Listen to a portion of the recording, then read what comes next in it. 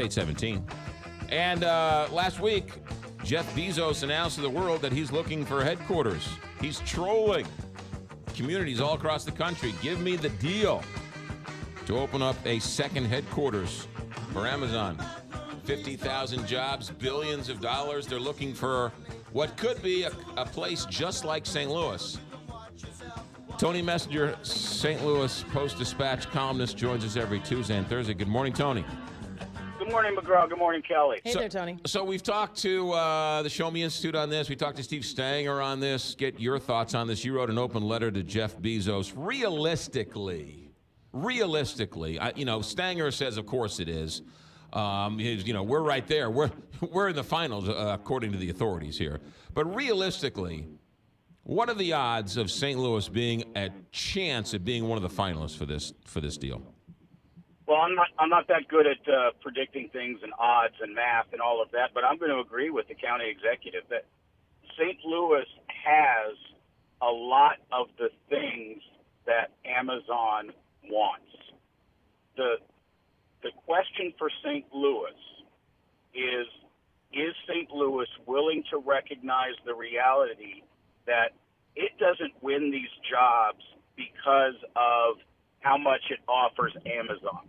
Amazon's going to come to St. Louis for one reason, and that's that they believe they can succeed here, that their employees are going to want to live here, that they'll be able to afford to live here, that it'll be profitable for the company.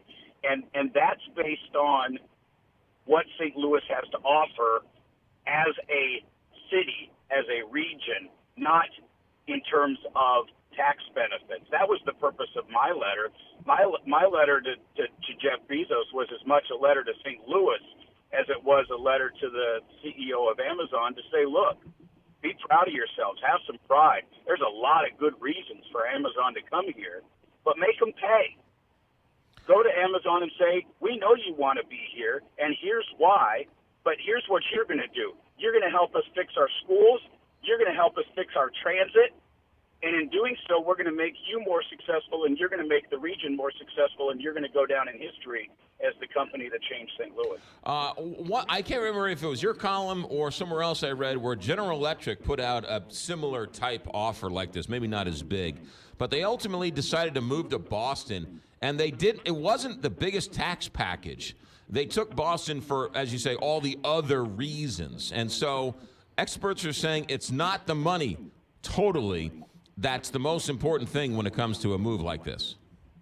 It's on these big companies. It's never the money.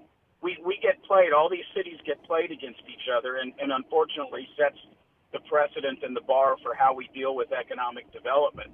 But the fact is, if they want to be in a downtown community, then St. Louis has things to offer that some of the other cities aren't going to offer.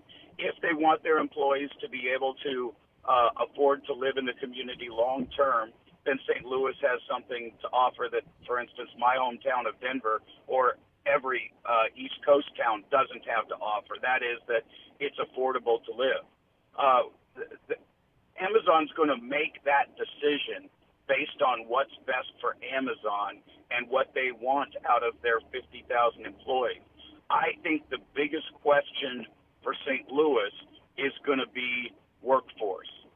Does Amazon believe that it can draw quickly enough of an educated workforce from St. Louis? Obviously, a lot of the employees are going to move here from other places. People will move here from all over the country.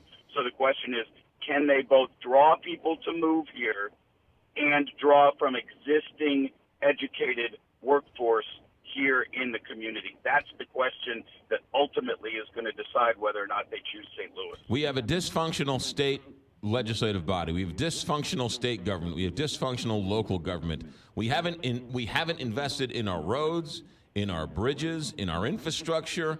We haven't really invested in our mass transit, and we haven't invested in our culture. We have some, but you point to pluses and minuses when it comes to our cultural venues. Forest Park, yes. The MLS Stadium, no. So on and so forth. With a mixed bag like that, is Amazon going to say, wait a minute, those guys aren't on the same page? Why would we go there? Well, again, this is where it comes down to to what St. Louis and what the state does? Do they present Amazon with a package that says, here's the bottom line, X million dollars, X billion dollars, we're going to give you this? Or do they go to Amazon and say, you know what we're going to do? If you come here, we're going to unite the city and the county, and you're going to help us do it. If you come here, we're going to fix our transit problems because we're going to have the tax base to get it done, and you're going to get your own stops at the various places where you decide to put, your campus. Those are the kinds of, when they talk about being innovative and being out of the box, to me, that's out of the box. I would put a proposal together that talks about city-county merger and how Amazon is going to help this community unite. That's what I would do. I mean, they've shown that they can do it with a mapping agency, right? I mean, they all came together for that. Well, but that's a little bit different because we already had it. It was in St. Louis, and it was ours to lose. And as my colleagues reported in the Post-Dispatch and STLtoday.com, that was not the most functional process.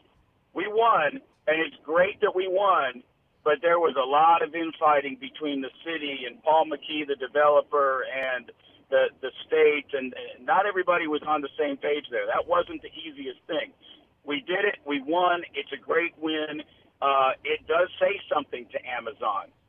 Not only that we won, but that it's here.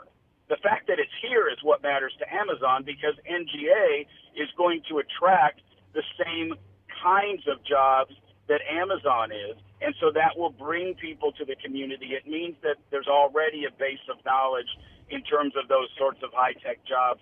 We have become, lots of cities say this, but it's true about St. Louis.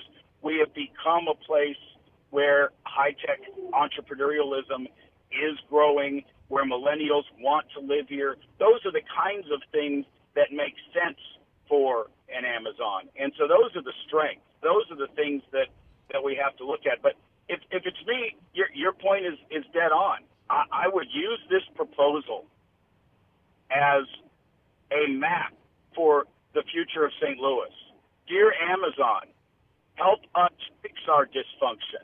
Help us fix our investment in education and transit. Because with your 50,000 jobs, we can do it.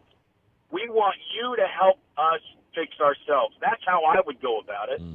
There is no question that we have excess capacity at the airport. We have space, right? I mean, some of the things they need, location, rails, rivers, access to roads, right? Airports. I mean, it's sort of set up to be a perfect place for Amazon.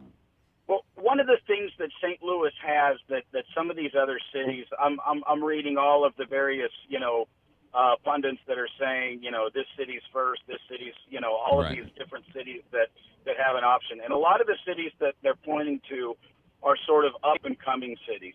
Here's something that St. Louis has. We were, at one point, the fourth biggest city in the country.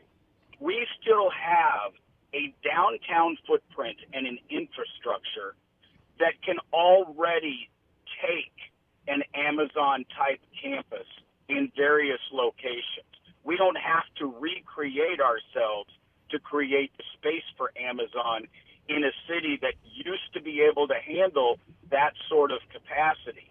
It's a matter of rebirth for St. Louis, not recreating itself entirely. And so I would actually say that one of those things that we pointed to for years as a negative, declining population and St. Louis not being what it used to be in 1904 and all of those sorts of things, Right. that can be used as a positive in this particular competition. Tony Messenger, St. Louis Post-Dispatch, Tuesdays and Thursdays here, and STLtoday.com. Tony, thanks. Good stuff.